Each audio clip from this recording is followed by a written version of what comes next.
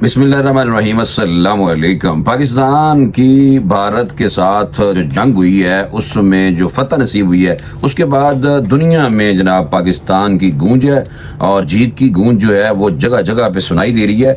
लेकिन साथ साथ जो भारतीय मीडिया ने पाक भारत जंग के दौरान बढ़ चढ़ कर झूठ को फैलाया है, इस हवाले से भी कोई अमरीकी अखबार बोल रहा है, कोई डेनमार्क के अखबार बोल रहे हैं और साथ साथ भारतीय खातून यूट्यूबर्स को भी पकड़ लिया गया है कि ये पाकिस्तान के लिए जासूसी कर रही है। और डोनाल्ड ट्रंप ने भारतीय शहरियों पर जनाब जो ज़मीन है वो मजीद तंग की हुई है। ये सारी बातें हैं जो आज करनी है। सबसे पहले मैं आपको यही बता दूं कि ये जो भारतीय खातून है, एक यूट्यूबर है, पाकिस्तान के लिए जासूसी के इल्ज़ाम में भारत ने पकड़ लिया है और आए दिन आप देख रहे हैं कि भारत जो है वो कभी तो यूट्यूब चैनल्स लोगों के बंद कर रहा है और कभी लोगों को गिरफ्तार कर रहा है। ये जो खातून है ये इसके बारे में जो भारतीय मीडिया की रिपोर्ट्स हैं उसको मैंने जब देखा तो मुझे पता चला कि जनाब ये एक ज्योति मल्होत्रा है। ज्योति मल्होत्रा को रियासत चंडीगढ़ के इलाके बस हसार से गिरफ्तार किया गया है और यूट्यूब चैनल है इनका। यूट्यूब चैनल आप चेक भी कर सकते हैं। यूट्यूब का चैनल का नाम है देसी इंडो जो।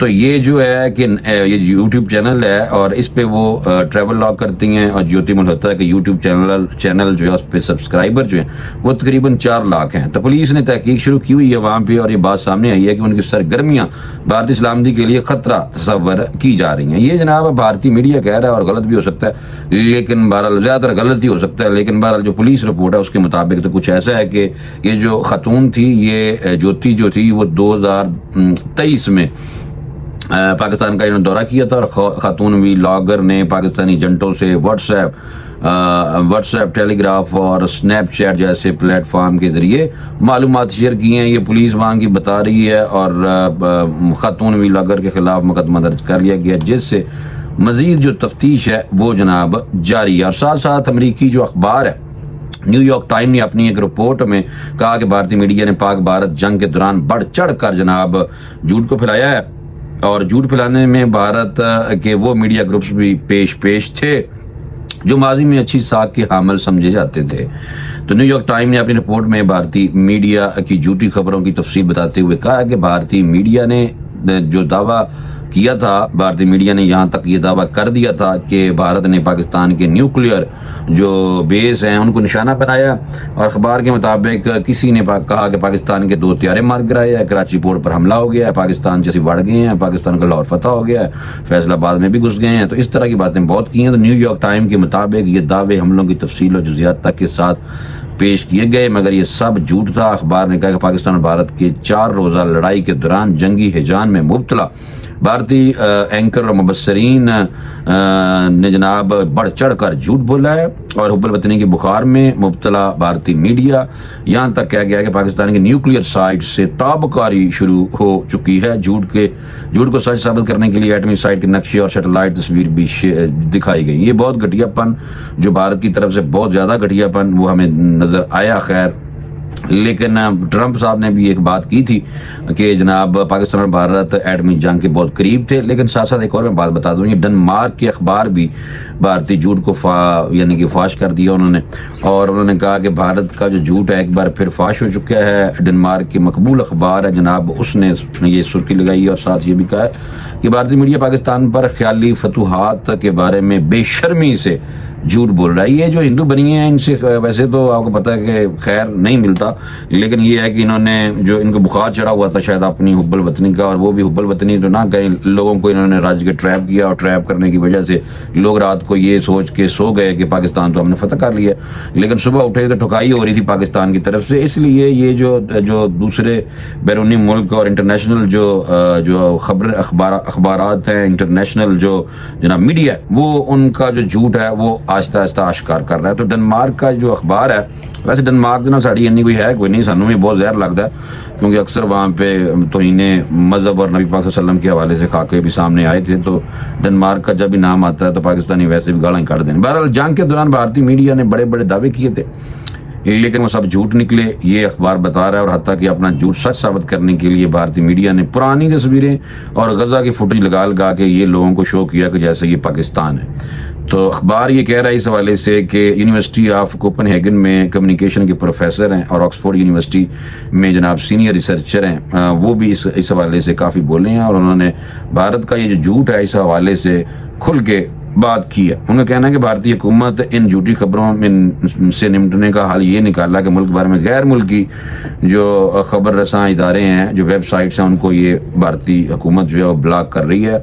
आम लोगों के भी खैर यूट्यूब चैनल इन्होंने ब्लॉक किए हैं और भारतीय ऑनलाइन मीडिया चैनल्स को भी ब्लॉक कर दिया गया है जो जंग की आज़ादाना कवरेज कर रहे थे। तो भारत बिल्कुल उसी तरह जनाब उसी लाइन पे चल रहा है जो आपने इसराइल की जो बदमाशी देखी है, आज तक भारत भी कुछ उसी डगर पे है। वैसे भी मुझे लगता है आपस में रिश्तेदार ही हैं, वो गाँव मुतराले हैं, यानी कि गाँव की पूजा करने वाले हैं, दूसरे बछड़े वाले हैं, तो इनका आपस में कनेक्शन कुछ ऐसा भी है, ताल्लुकात इन दोनों के आपस में हैं। और साथ साथ आपने देखा होगा कि जंग के दौरान भी जैसे तुर्की और चाइना ने हमारे साथ खुल के मोहब्बत और आज़रबाईजान ने हमारे साथ खुल के मोहब्बत का इजहार किया, और तुर्की और चाइना ने तो खैर ये भी यानी कि ऑफर किया बल्कि प्रैक्टिकल हमारे साथ थे। तो इसी तरह जो इसराइल है उसके बारे में बताया जाता है कि वो भी इंडिया में जाके इसराइली भी बैठे हुए थे और इसराइली ड्रोन भी हमारे ऊपर जो आ रहे थे, सुनने में आया, हो सकता है कि बात ठीक हो कि जनाब ये इसराइली उधर बैठ के हैंडल कर रहे थे।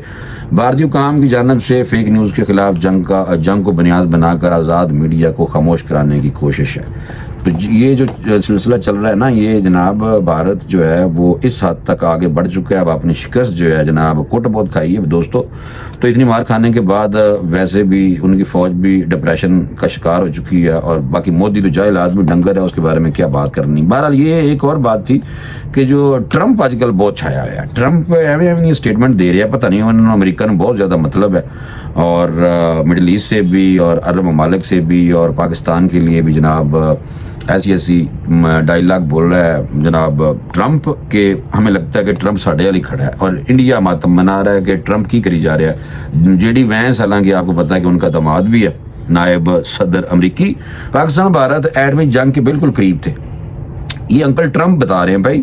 वो कह रहे हैं कि पाकिस्तान भारत एटमी जंग के बिल्कुल करीब थे, और अगर हम ना उसमें इंटरफेयर करते तो ये एटमी जंग लग भी सकती थी। बहरहाल इस तरह की जो स्टेटमेंट है वो देखने को मिल रही है। और उन्होंने कहा कि मैंने अपने एहलकारों से कहा कि पाकिस्तान और भारत को फ़ोन करो फौरी तौर पर और तजारत और मुलाकातों का आगाज़ करो।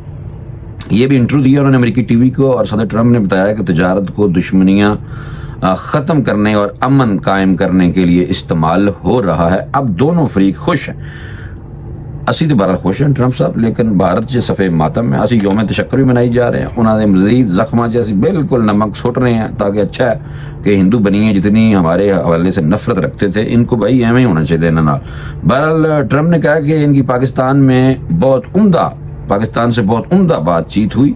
हम पाकिस्तान को नज़रअंदाज नहीं कर सकते, क्योंकि ताली दोनों हाथों से दोस्त कह रहे हैं कि बजती है, एक हाथ से नहीं बजती। और फिर मजीद उन्होंने कहा कि भारत के मामले में तो वो पुर यकीन थे, ताहम पाकिस्तान से भी तजारत पर बात की। पाकिस्तान की ख्वाहिश है कि अमेरिका से तजारत करे। पाकिस्तानी जहन यानी कि जो पाकिस्तान में लोगों का जहन है वो बहुत अच्छा है, और पाकिस्तानी जहीन लोग हैं, पाकिस्तानी हैरत अंगेज अशिया बनाते हैं।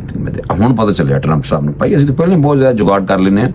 बहरहाल उन्होंने कहा कि पाकिस्तान से अमेरिका ज़्यादा तजारत नहीं करता, इसके बावजूद मेरे पाकिस्तान से अच्छे ताल्लुकात हैं। अच्छा, एक और गल सी बड़ी अहम, OAC के जो ईरान है वो मुज़ाकरात बाल कर रहा है, और साथ साथ ईरान को धमकियाँ भी मिल रही हैं कि भाई हमला करने के हवाले से भी उसको डराया जा रहा है। तो जो ईरानी सदर हैं उन्होंने कहा कि हम जंग नहीं चाहते, लेकिन साथ साथ वो ये कह रहे हैं कि अमेरिका के साथ जोहरी मुज़ाकरात भी जारी रखेंगे, लेकिन धमकियों से हम खौफज़दा नहीं हैं।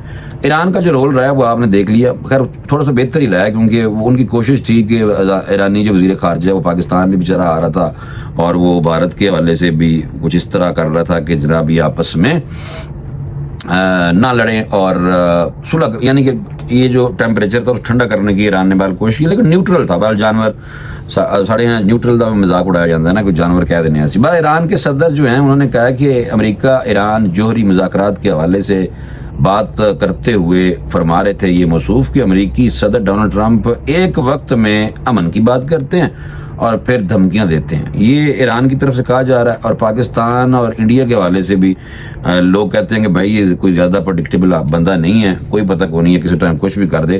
क्योंकि बहरहाल अभी तक तो पाकिस्तान और इंडिया के हवाले से जो ट्रंप साहब हैं वो अभी तो मसालती किरदार अदा कर रहे हैं, और उन्हीं के कहने से ये जनाब पाकिस्तान और भारत का जो जंग थी वो रुकी थी। लेकिन भारत में बाल सफ़े मातम था।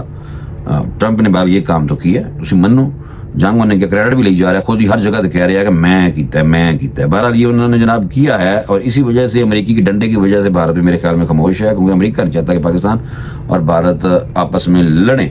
और दूसरा ये है कि गज़ा के हवाले से भी आप अगर देखें ना, तो अमेरिकी सदर जो है ना डोनाल्ड ट्रंप, वो गज़ा के बहरान जो वहाँ पे है उसको संगीन मसला करार दे रहे हैं। लेकिन साथ साथ दोस्त जो है वो इसराइल की मार्केटिंग भी कर रहे हैं मेरे दोस्तों, मार्केटिंग कर रहे हैं। लेकिन साथ इंप्रेशन ये है कि नहीं ये इसराइल और बेंजामिन नेतन्याहू से ट्रंप की जो ताल्लुकात हैं वो जनाब ख़राब हैं। लेकिन ये अबू धाबी में ट्रंप ने गज़ा के हवाले से जो बात की थी ना, मैंने कहा वो आपको बताऊं कि अबू धाबी में ट्रंप ने गज़ा के हवाले से जो कहा था कि वहाँ सूरत हाल बड़ी अफसोसनाक है। वो अबू धाबी में अमरीकी कारोबारी अफराद से मुलाकात के बाद सहाफ़ियों से उन्होंने थोड़ी सी बात की, और डोनाल्ड ट्रंप ने कबूल किया कि गज़ा में लोग भूख का शिकार हैं, गज़ा में बहुत बुरे हालात हैं, इस मामले को भी देखना है। तो ये हालांकि टॉप प्रायोरिटी ये होनी चाहिए, वहाँ पे ख़वातीन बच्चे भूख से बिलखते हुए नज़र आते हैं, कुछ वीडियोज़ हमने देखी हैं, अल्लाह ताला उनके हाल पर रहम करे। लेकिन प्रैक्टिकली उनकी हेल्प करनी इंतहाई ज़रूरी है। और वहाँ पे आपने देखा है कि जो इसराइल है उसकी बदमाशी जनाब ऐसी है कि वो ना कोई अक़वाम मुत्तहिदा की सुनता है और ना आलमी अदालत इंसाफ की सुनता है, और अमेरिका बहरहाल उसके साथ है। प्रैक्टिकली हमने देखा भी है कि डोनाल्ड ट्रंप ने ये कबूल भी किया कि गज़ा में लोग तो भूख का शिकार हैं। लेकिन बात करने से कुछ नहीं बनता मेरे दोस्त, पहले कोई उनके साथ इस मसले को हल करना चाहिए। लोगों को जो वहाँ पे अलमिया जन्म ले चुका है उसको जनाब उसका तदारक इंतहाई ज़रूरी है। गज़ा में 1 मार्च से नेतन्याहू की इसराइल 1 मार्च यानी 1 मार्च बेंजामिन नेतन्याहू की इसराइल हुकूमत ने बैनुल-अक़वामी इमदादी कारकुनों को फ़लस्तीनियों के लिए खुराक पहुँचाने से रोका हुआ है, जिसकी वजह से कहत की सूरत हाल है, जिसको इसराइली मीडिया ने भी रिपोर्ट किया। तो वहाँ पे इस हद तक हालात हैं। और ये जो जंग लगी है, आपने देखा कि यकदम पाकिस्तान और इंडिया की जंग के दौरान लोगों की नज़रें जो हैं वो गज़ा से हट के तो पाकिस्तान और इंडिया पे आई हुई थी। अभी शुक्र है कि सीज़ फायर है, और सीज़ फायर कब तक चलता है? मुझे लगता है जब तक अमेरिका आंख नहीं मारता भारत को, तब तक भारत तलने के वो उसमें नहीं है पोजीशन में।